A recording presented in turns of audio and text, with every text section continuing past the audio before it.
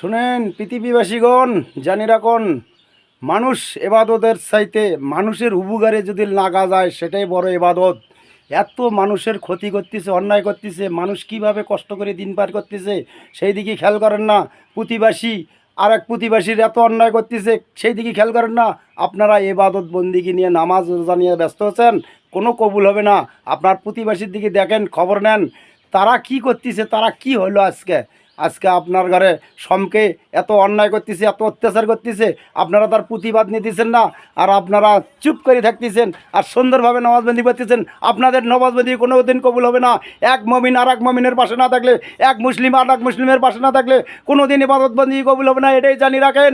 শোনেন, ভালো করে জানি রাখেন। খালি খালে আর হাগলে হবে না, বেবসা মাথার বুদ্ধি থাকতে হবে। কার কি ক্ষতি হতেছে না হতেছে, কে কার অন্যায় করতেছে, আপনারা এই দিকটা খেয়াল করেন না। আর আপনারা মুসলিম, আপনারা কোনো মানুষ না। আপনারা আপনাদের আল্লাহ তাআলা কোনো দিন মানুষ বলে গণ্য করবেন না। একটা ইহুদি খ্রিস্টান নাসার, তাদের জন্য তাদের বিবেকে যেটা আছে সেটাও আপনার নাই। একটা অমুসলিমেরাও মানুষের ভালোবাসা দিয়ে পাশে থাকে। আর আপনারা কিসের মুসলিম, কিসের মমিন?